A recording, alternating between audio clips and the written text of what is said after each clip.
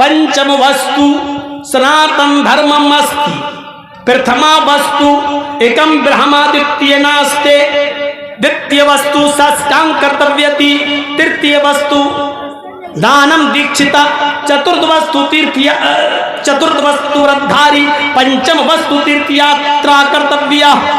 5 चीजें इस्लाम सनातन धर्म की बुनियाद है, उनमें से चौथी चीज बताई है व्रतधारी, त्यागना, रोजा रखना, व्रत रखना, उपवास रखना, रोजा रखना।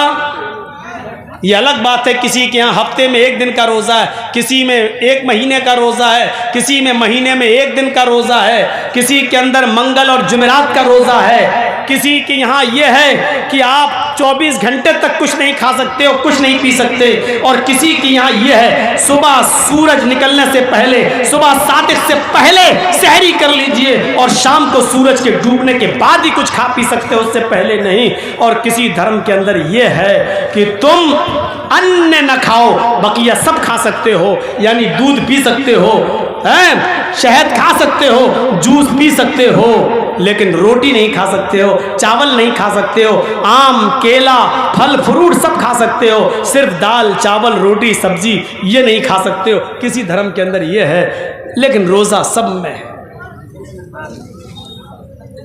दानम दीक्षिता, तीसरी चीज क्या है? ज़कात दो। ये ज़कात भी दुनिया के हर मजहब के अंदर पाई जाती है। ईसाइयत में तो यहां तक कह दिया गया है, ईसाइयों के अंदर जब तक तुम अपनी सारी दौलत गरीबों में नहीं लुटाओगे तुम जन्नत के अंदर नहीं जा सकते, तुम पैराडाइज में स्वर्ग में नहीं जा सकते।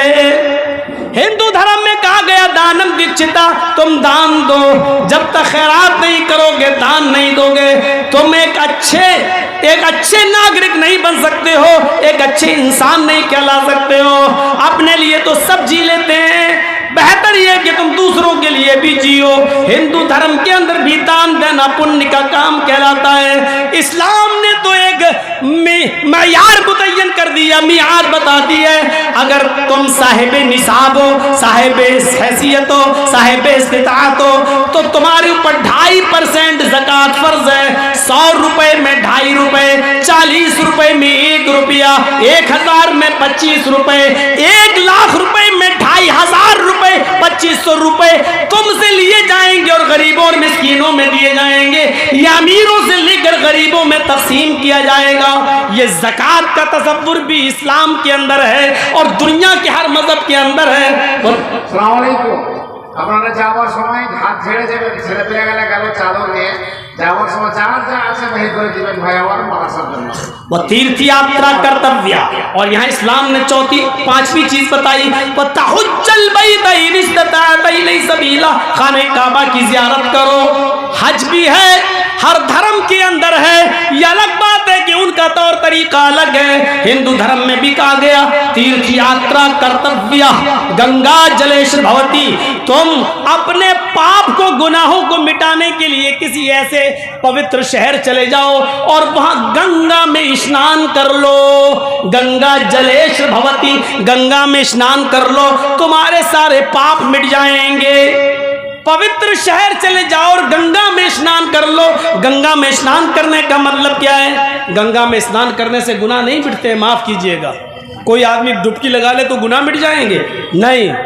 गंगा जलेश्वर भवती का मतलब यह है कि किसी पाक शहर चले जाओ जहां गंगा का पवित्र जल मौजूद हो। हम लोग मक्का जाते हैं, पवित्र शहर है, गंगा का पवित्र जल मौजूद हो, और वहां चले जाओ वहां जमजम मौजूद है, वहां जमजम मौजूद है। इसलिए कहा गया न जमजम पीने से गुनाह मिटते हैं, न जमजम के पानी से नहाने से गुनाह मिटते हैं, बल्कि ये कहा जा रहा है गंगा जलेश्वर भवती। जिस शहर में गंगा है यानी जमजम है, उस शहर में चले जाओ, यानी हज कर लो। हज करने से गुनाह मिटते हैं। अल्लाह के नबी फरमाते हैं जब हाजी हज करके फारिग हो जाता है तो एक फरिश्ता उसके सीने पर हाथ रखकर कहता है, आए हाजी, अल्लाह ताला ने तुझे गुनाहों से बिल्कुल पाक व साफ कर दिया है, गुनाहों से मिटा दिया है। आज आज तू गुनाहों से इतना पाक साफ हो चुका है कि जैसे किसी माँ ने कोई बच्चा आज ही पैदा किया हो, जैसे वो गुनाहों से पाक साफ होता है, वैसे ही तू गुनाहों से पाक साफ हो गया है। अरे हाजी, जब तू अपने घर जाए, अपने शहर में जाए, अपनी बस्ती में जाए, तो फिर से अपने आप को काला मत कर लेना, फिर से अपने आप को सियाह न कर लेना। अपने शहर, अपनी बस्ती, अपने मुल्क में जाने के बाद फिर गुनाहों में अपने आप को मुलव्वस मत कर लेना। ये हज भी हर जगह मौजूद है और इस्लाम ने भी हज की तरगीब दी है। ये इस्लाम की बुनियादी चीज़ें जो 5 चीज़ें थीं, इस्लाम इस पर टिका हुआ है। ये दुनिया के हर मज़हब के अंदर मौजूद है। मेरे भाइयों, इस्लाम का मुख्तसर तारुफ मैंने पौने 2 घंटे की तकरीर में आपके सामने रखा है और मुझे उम्मीद है कि आपकी समझ में आया है। मैं 5 या 10 मिनट यहाँ कुर्सी पर बैठूँगा, आपसे थोड़ी सी अपील ये करूँगा कि आप चंदा करने वाले मौलवी के कहने पर आपने बहुत कुछ दिया है, लेकिन मेरे कहने पर आप कितना देते हैं और मुझसे आपको कितनी मोहब्बत है। थोड़ी सी मोहब्बत का सबूत आप दिखाइए। ये चादर लेकर बच्चे जा रहे हैं, इनको दे दीजिए या स्टेज पर दे दीजिए। मेरे भाइयों, आपने मुझसे बहुत मोहब्बत की है और बरसों से मुझे इस इलाके में बुलाया जा रहा है, तो अब देखता हूँ कि मेरी मोहब्बत का तकाजा क्या है। मेरी बात आप थोड़ी सी मानते हैं या नहीं मानते हैं। आप इसे स्टेज पर लाकर दे दें, यहाँ रख दें, इस मदरसे का ताउन फरमाएं।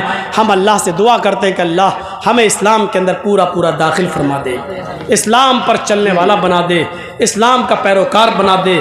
इस्लाम जो दुनिया का सबसे अच्छा मज़हब है अल्लाह, इस पर जो सारे नबियों का दीन और धर्म है अल्लाह, हम सबको इस इस्लाम का पैरोकार बना दे। और जब तक तू हमें ज़िंदा रख, इस्लाम पर ज़िंदा रखना, और जब हमारा खात्मा हो तो ईमान पर हमारा खात्मा फरमाना। वमा अलैना इल्लल बलागुल मुबीन व आखिरु दअवाना अनिल हम्दुलिल्लाहि रब्बिल आलमीन।